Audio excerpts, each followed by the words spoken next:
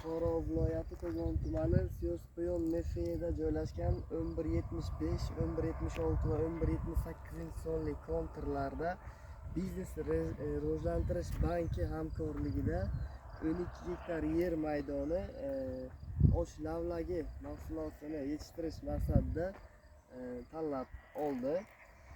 Hozirgi kunda 12 gektar yer maydoniga lavlagi mahsuloti to'liq ekilgan. Bu yer maydoni 2022-yilda yoshlarga taqsimlab berilgan va hozirgi kunda har bir yosh dehqon xo'jaligi asosida o'z faoliyatini olib bormoqda. Bu 12 ta yoshni kooperativ asosida biriktirib, ular bilan future shartnomasi tuzilib, agregator biriktirib qo'yilgan va agregator har hafta mobaynida seminarlar o'tkazib, o'sha yoshlarni qanday qilib yerdan yuqori daromad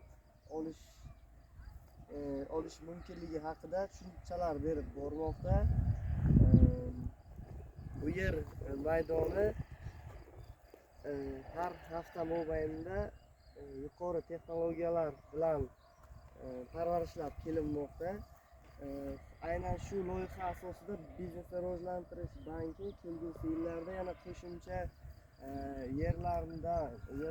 yerlardan foydalanib, qo'shimcha yerlarni olib, aholi daromadini yanada oshirish niyatida.